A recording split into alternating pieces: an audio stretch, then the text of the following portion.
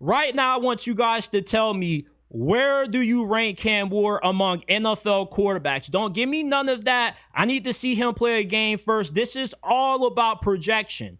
Because technically, the Titans believe that he already is better than half the starting quarterbacks in the NFL if they were willing to invest the #1 overall pick in the drafting him. So right now, tell me where Cam Ward ranks among active starting quarterbacks in the league. Because to me, I believe he's already a top 10 quarterback. I would take Cam Ward right now over Anthony Richardson, Daniel Jones, Trevor Lawrence, CJ Stroud, Tua, Brock Purdy. The reason why you don't need to see Cam Ward play a single NFL game yet to know that he's already a top 10 quarterback is, look at how good he was in college. Normally, when you have rookie quarterbacks that burst onto the scene and they're good right out the gate, they've played 3, 4 or more years as a starter in college. Bo Nix played 4 or 5 seasons. Jaden Daniels started for 4 or 5 seasons. Justin Herbert started for 3 years at Oregon. When you have this much of experience entering the NFL, it makes it easy for you to make the transition to the league because you've gotten so much reputation. Cam Ward balled out playing for 3 different schools. You don't go from being a no-star recruit to being the first overall pick if there wasn't something special about you. What makes Cam Ward special is during the years that he spent in college, he improved his level of play when the competition ramped up after he transferred to the schools that he played at. When he went from FCS to Washington State, he was the best quarterback at the FCS level at that time. He goes to Washington State and he becomes one of the better quarterbacks in a loaded Pac-12 conference. Cam Ward, before the Pac-12 died, essentially was behind Caleb Williams, Michael Penix, and Bo Nix. And I would have argued that I probably would have taken Cam Ward at the time before the Pac-12 disappeared over both Bo Nix and Michael Penix, and he wasn't too far off from Caleb Williams. When you watch Cam Ward and Caleb Williams' game, there's a lot of overlap. They play a bunch of backyard football. Their game is predicated off being able to improvise, extend plays, make all kinds of crazy throws that you wouldn't think are possible because they have the velocity and the torque throwing the football.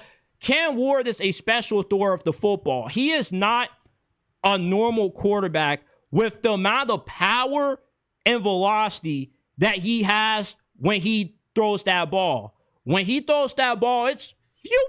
He may have one of the strongest arms in the NFL already. He can fit throws in places that only about maybe 3-4% of quarterbacks in this league have the ability to make. Cam Ward's arm is what makes him such a special talent. And he's not the most fastest or the most athletic quarterback in the world, but he's nimble enough to make guys in the pocket miss. He's nimble enough that if you give him a little bit of green grass, he can make you pay. He's not really a dual threat quarterback, but he's a playmaking quarterback. He's, to me, a better version of Tony Romo. Tony Romo had this trait. He wasn't super athletic neither, but he had a cannon for an arm. He threw it for a lot of velocity, and he just found ways to make plays. He found ways to make defensive linemen and pass rushers miss.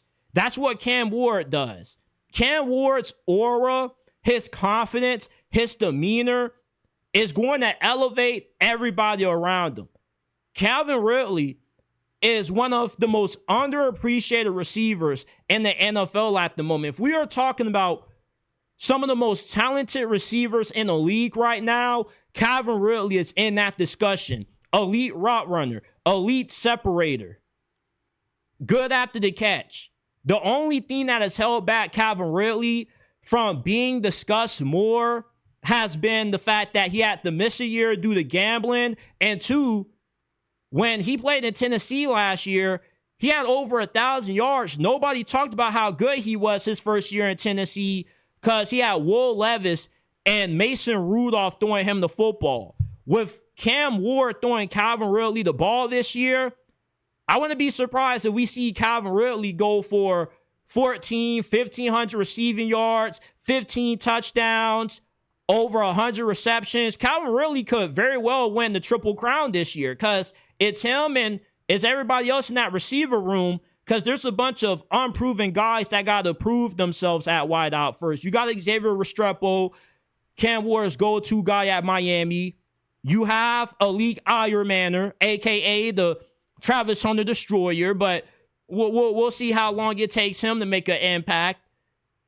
With Calvin Ridley having Cam Ward slinging him the pigskin this year, he is a must-draft in fantasy football. That's the impact that Cam Ward has. He has the ability to elevate, similar to what you saw with Jaden Daniels last year. Before last year, nobody really knew too much about Terry McLaurin, unless you just were a diehard football fan. Jaden Daniels gets there, and all of a sudden, Terry McLaurin goes from making 20-something million a year to now demanding to become one of the 5 highest paid receivers in the game. When you have an elite quarterback throwing you the football, it helps you get paid more. Cam Ward is already a top 10 quarterback. What you look for in a franchise quarterback is a guy that can elevate a team. Cam Ward has already shown that. Cam Ward is going to make Calvin Ridley a household name again. He's going to make Calvin Ridley a top 5 receiver. He's going to make the Titans a sleeper team that makes it into the playoffs that nobody sees coming. Every year, there's always a squad that people expect to be absolute garbage, but they end up overachieving because they have a young rookie quarterback that comes in slinging. It doesn't matter if Cam Ward has to go up against the Denver Broncos and the Houston Texans, because the Houston Texans and the Denver Broncos to start their season, they got to go up against Cam Ward. You can word it as, oh, Cam Ward has to face the Broncos and the Texans in his first 2 games, but I probably would say the Texans and the Broncos have to face Cam Ward in their first 2 games of the season, because one thing about Cam Ward, he has that dog mentality. He's not caring about Patrick Surtain. Hell, he'll throw it at Patrick Surtain. He won't give no F's about it. And I trust him to throw a completion on Patrick Surtain. I trust Cam Ward, and the Titans do too. That's why Cam Ward's already a top 10 quarterback. When you look at his face, you can just feel the aura of Cam Ward through the screen. This is a guy that was already overlooked. He was already underestimated coming out of high school. Are you going to underestimate him again in the NFL? This has Jaden Daniels 2.0 all over it, and I'm already ahead of the curve. You can say that I'm overrating him. Listen, I love being early compared to being late.